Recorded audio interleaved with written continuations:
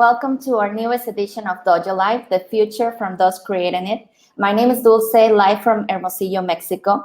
And here with me are my co-hosts, the almost birthday boy, Carlos Ponce. It's your birthday tomorrow, isn't it? Okay, perfect. And, and Tulio Siragusa from Los Angeles. How are you, Tulio? I'm great. It's hot and humid outside. Yeah, it is. Nice and cool in here. Oh my God.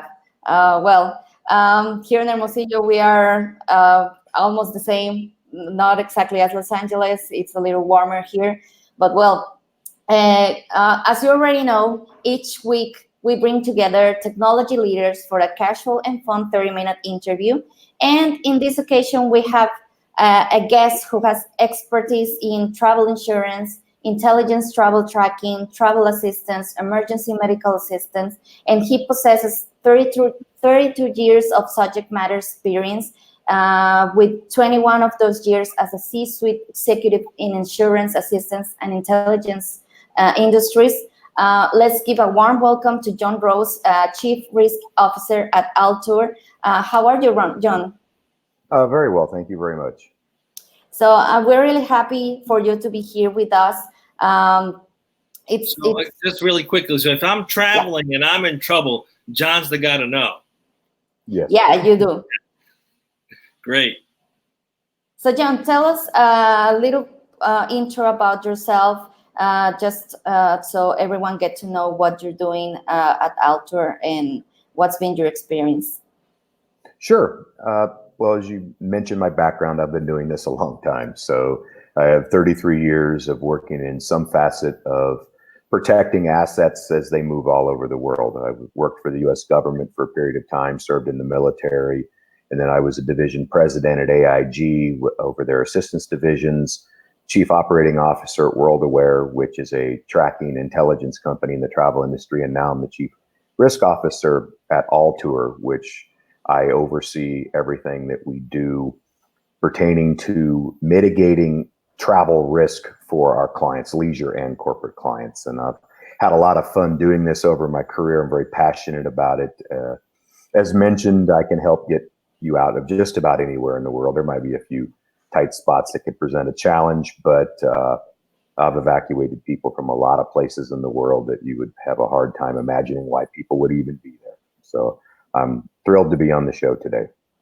Well, that's awesome. So today's topic is real-time intelligence, using technology for real-time travel risk intelligence in travel disruption. John, why did you choose this topic? Why is it important to talk about this? Well, it's very important to think about the emergence of technology and how that gives information to individuals. But information is only as good as the analysis around the information.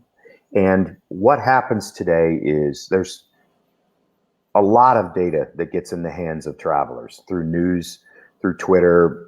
There's a lot of different, Facebook. It doesn't matter the medium. There's a lot of things coming in, but the individuals don't necessarily know, how is this meaningful to me? And then what actions can I take? So it's very, very important to have the technology behind it that can use artificial intelligence to quickly aggregate this information, disseminate down to what is meaningful and actionable, and then create intelligence that can get in the hands of the individuals that can make the decisions very rapidly.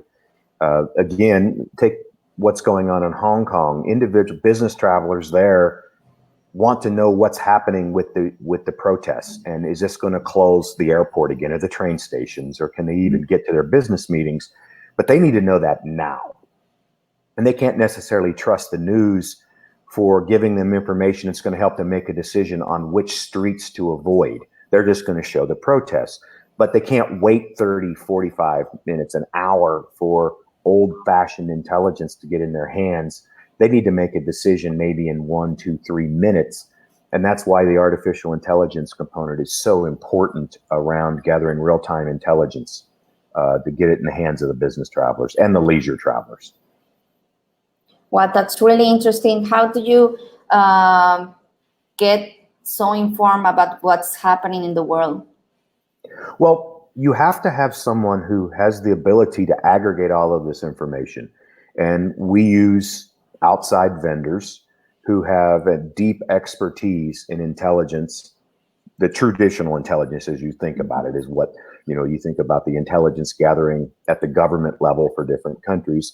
We have companies who do that on what's called the open source level. So it's open information. It's not classified data coming in, but they have expertise in how to aggregate that data and then analyze it and create, again, meaningful and actionable information that gets in the hands of the individual. So you have to have the right partners that have the right technology platforms, and you have to look for the ones that are being very aggressive going forward that can make the correct investment in the artificial intelligence technology, because that's where the world of travel tracking, and we call it alerting, to be able to alert an individual or a corporation that something's going on that they need to be aware of.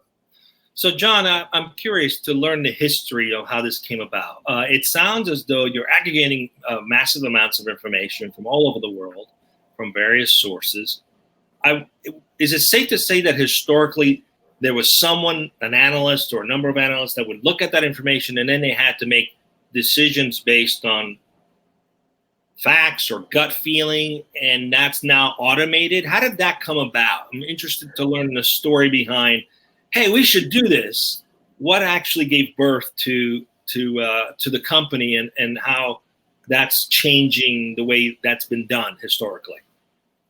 Sure. Well, the history is intelligence companies were set up in the exact same mold as U.S. government intelligence agencies, with as you said, analysts with expertise on specific parts of the world. And they work in teams that take a look at all of the information coming in from those parts of the world, and their knowledge and years of experience, often living there, studying it, that part of the world extensively.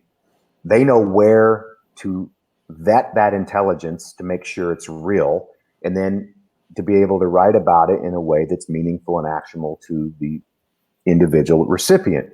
As it's evolved over the years, those analysts are still involved. But what's happening is artificial intelligence is doing all the work of sifting through the mountains of data to get it down into a few bytes of information that then that expert, again, can take a look at it and say, yes, this is what we need to do. And they can do that now in minutes instead of what used to be maybe hours. Then it went down into maybe increments of half hour, 45 minutes, to now it can be done in minutes, because it's about how fast this information can be aggregated, quickly analyzed, and then placed. So there is still a human component in the mix at the very final stage to place the expertise that only an individual can have right now. Eventually, artificial intelligence can take over that particular role, but right now there still has to be the final piece as the analyst. So what's happened over the years is technology has allowed for more information to be brought in faster. And that's where it really is exciting, because the faster we can get the information, Altour is one of the largest travel management companies. Our goal is to get this information in front of our clients, leisure and corporate, as quickly as possible so that they can make the best decisions to mitigate their risk. So I think this is a perfect example of how AI is complementing the efforts of the experts, right? I mean, it's like you said, it's sifting through information, it's getting faster about making decisions, but ultimately you still need people who have the insights and the knowledge locally to be able to make make intelligent decisions. I hope someday, even as AI evolves, that continues, because I don't think you can ever replace human ingenuity. But I'm curious to understand, as part of your offering for your company, do you get any pushback in this kind of thing? What are the type of questions that come up with your end clients about, how accurate is this? Is it, what kind of pushback do you get, or has it been welcomed and the adoption's easier? Tell us a little bit about that. Well, I think there's two things. One is we don't get pushback on the actual intelligence, because that's welcome information. It's not news. And there's nothing wrong with news, but news isn't designed to be actionable for the individual receiving. It is designed to be informative. The pushback will come around privacy concerns, which we're very careful about meeting all the privacy concerns, because one of the big components of this is tracking of the travelers, so we know where they are. Now, we're not tracking the phones or tracking their travel itineraries, so we know where they are, so we can send the information to the right person. If you just broadcast it to everyone, it becomes white noise. You have to be specific. If you're going to Hong Kong, you want to know about Hong Kong. You don't want to know about Brexit if you're going to Hong Kong. So it has to be very specified, and by tracking the individuals, that helps tremendously with providing assistance should they need to be evacuated or just given advice on switching hotels or different routes. But as you mentioned, the pushback is very little. Individuals want to get this information. They want to be safe when they're traveling. What they don't want is too much information. They want meaningful information to get in their hands so that they feel safe while they're traveling. Because when people travel internationally, it's very common something happens, and it's not necessarily a bad event, but something happens where they want to ask an expert, whereas if they were in their home country, they might say, oh, this is normal here, but they wouldn't know if that's normal if they're outside of their home country. So another component of the human element is, who do I call to talk to say, what should I do? I'm in Hong Kong. I see the alert. There's protests. My streets are going to be blocked. Now I want to talk to a person and get some advice on what to do. That's interesting. So you personalize the alerts for the individual traveler, and you're also able to provide not just risk-related alerts that are important that need to be actionable, but things like, hey, there's a strike going on here in a plaza. Is this a problem? Versus, hey, they strike every other day for that kind of thing, right? Which happens a lot in certain markets, like in Europe or even in Italy. Growing up there, I mean, there was always a strike going on, right? So if you're a foreigner going there, you're like, should I be worried about this? Is this going to escalate into something bigger? Most of the time, it's just a demonstration. So who are your clients? Can you tell us a little bit about your customers? Are they corporate clients? How do I get access to this risk information and data? Yes. Well, first, you made me smile about Italy. I lived in it. My family and I lived in Italy for years. We used to always joke if there wasn't a holiday in 2 weeks, they would just strike on Fridays for a 3-day weekend. we were used to it. I loved it. I love the way the Italians did that. I love Italy, every bit of it. So our clients on our corporate side are business travelers. So it's corporations who have business travel of all sizes. We really specialize in the mid-market, but we go all the way up into the Fortune 100 clients. But specializing in that mid-market client really helps us differentiate ourselves, because we're able to provide this service to those clients who don't have 30,000 travelers going all over the world. Maybe they have 100 travelers. And they're the ones that often get missed in the system because the company isn't a huge multinational that's got sophisticated risk and medical departments. All they have is a travel department. And there's nothing wrong with that, but they need to look to the outside. Who's going to help us track our travelers, provide the correct risk information? When I talk about risk, I don't want to just pigeonhole it with security. It's anything that could impact the travel. So it's travel disruptions.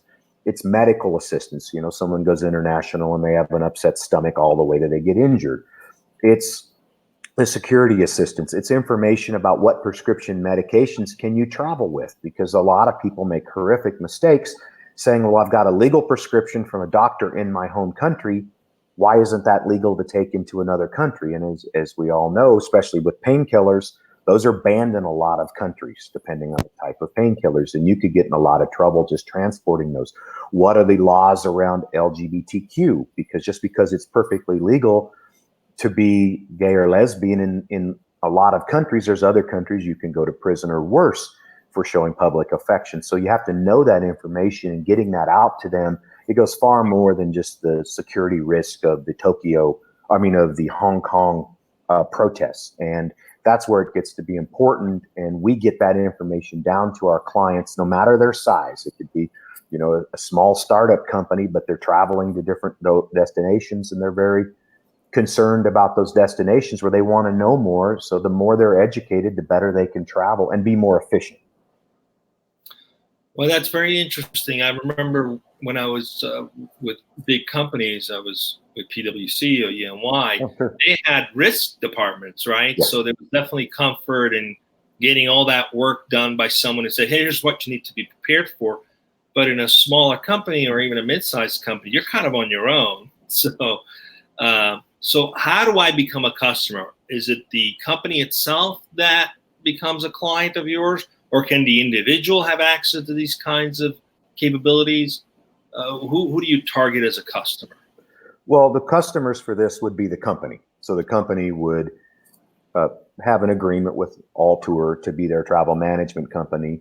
And then within that, we would be able to set up their what is called TRM, travel risk management. We'd be able to set up that program. And then we offer something exactly what you talked about. Multinationals have a risk department. They have a security operations center that handles that. As you mentioned, PwC, many other companies have it, but a small and mid-sized company often doesn't. We help them procure what's called a virtual security operations center. So it's not some large, complex security center because they don't need that.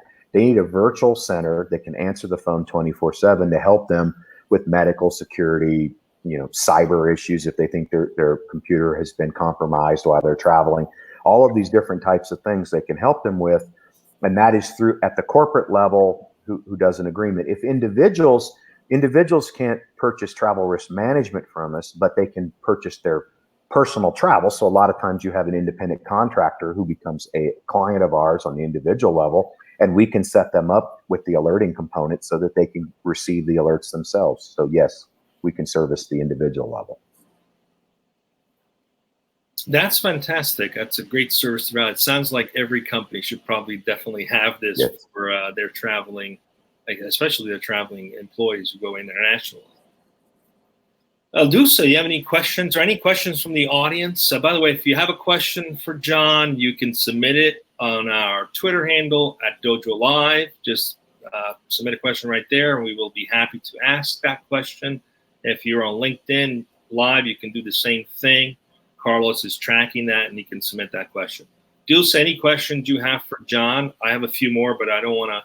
I'd like to give you a chance to have Yeah, sure. Well. I do have a question. John, how wide is your coverage? You were talking about Hong Kong, but how many countries do you cover for your clients? Oh, we monitor the globe. So there is no area that we don't cover. Obviously, there are certain locations that have restrictions on the service that we could provide. We can give the intelligence, but such as North Korea, there's a handful of places in the world, South Sudan, where there are more restrictions, even though, I've helped run evacuations in South Sudan, and my team has over the years. So we can do that, but there is no area that we don't look at, especially the continental United States. Many travelers coming into the United States and travelers within the United States get very uneasy when there's mass shootings, when there's a hurricane potentially approaching Florida. They get very nervous about that, and they want to receive the same type of information they would get as if they were going to Mali. So we don't separate the United States out and say, well, it's the United States. Everywhere in the world has to be looked at with the same lens. And then, of course, there's areas with much higher risk, so we have more concentration of the amounts of data coming in from those areas because there's just more, such as places like Iraq, Afghanistan, other places in the Middle East. I'm curious, do you create some kind of a trending report as well? Is this the kind of intelligence that, I know it's open source intelligence, but I would have to go and look at various sources. Is this something you're thinking about publishing at some point that could be of value to everyone?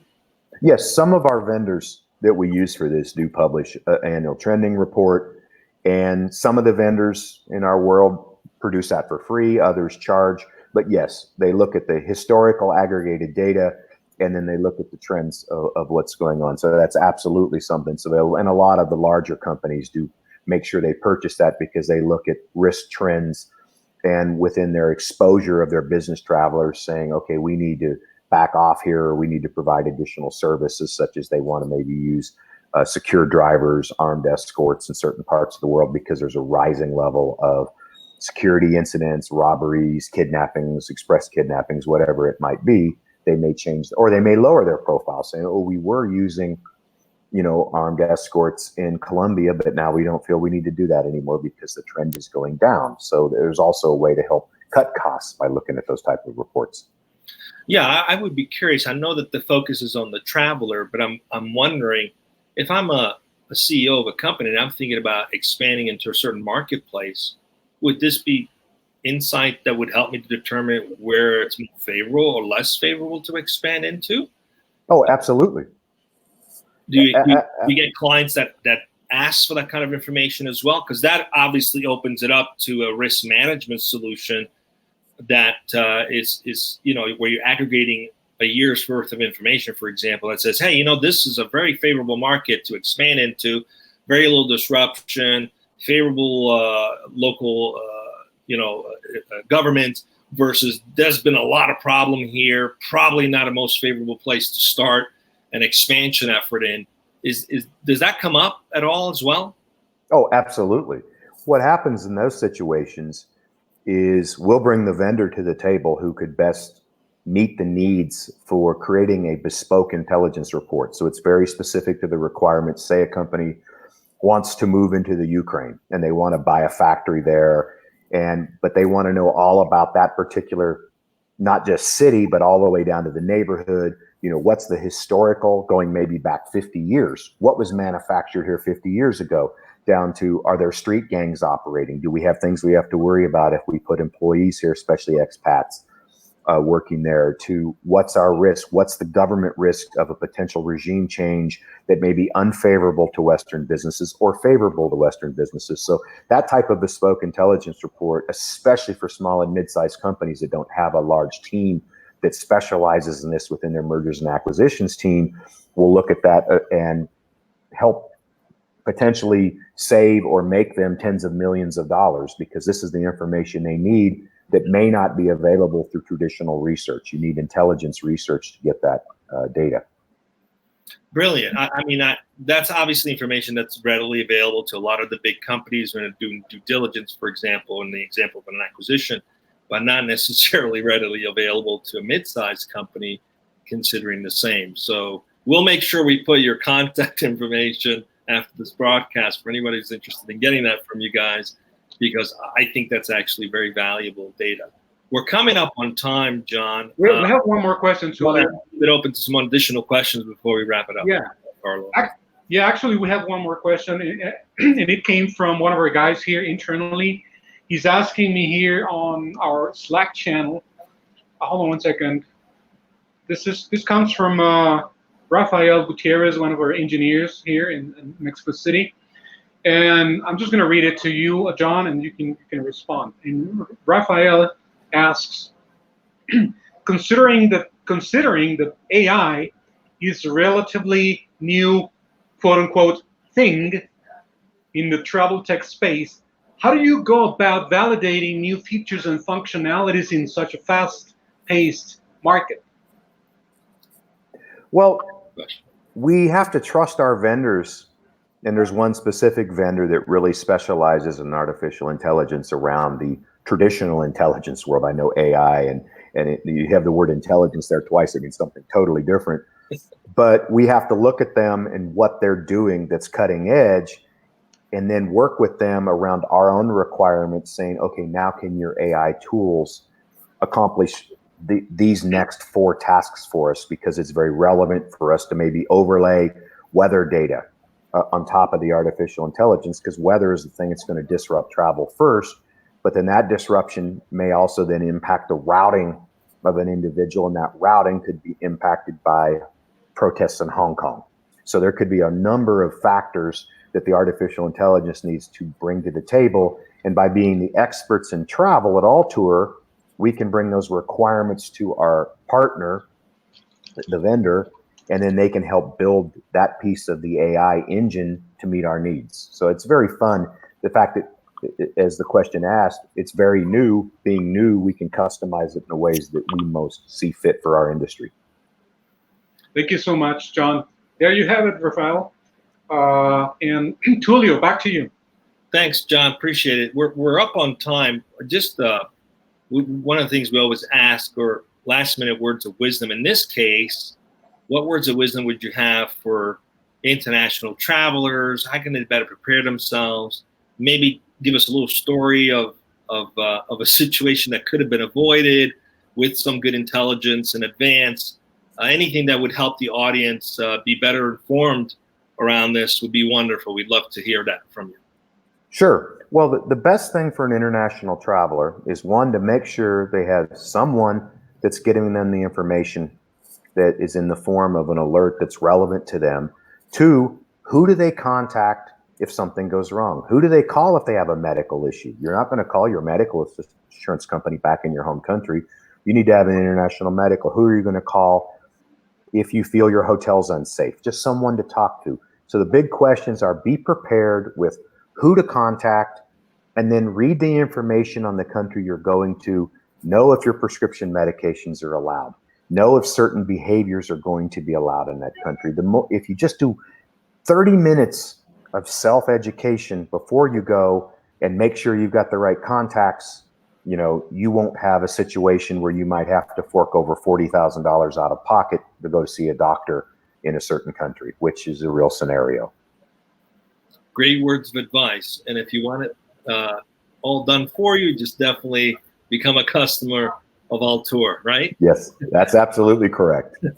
Dulce, do you have any last minute questions? Otherwise, we're ready to wrap up. Well, I think we're on time for wrapping up this edition of Dojo Live.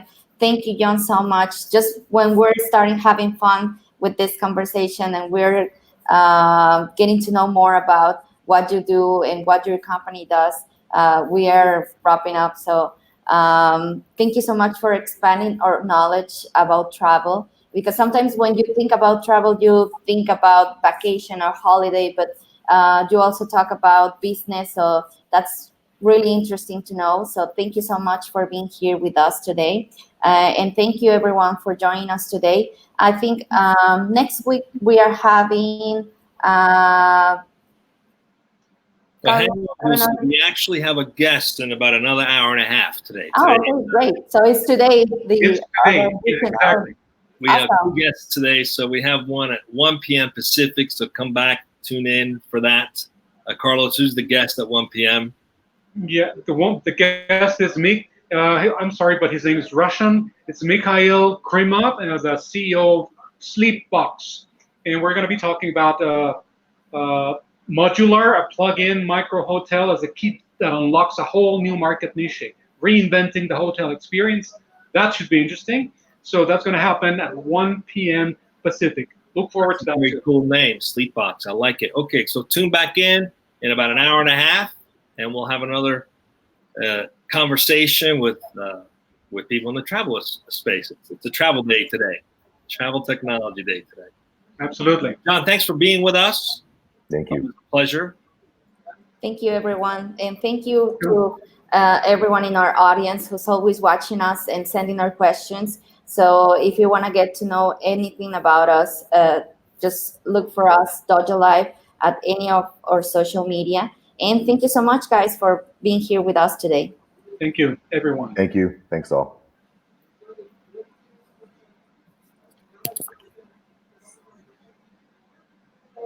Are we off the air?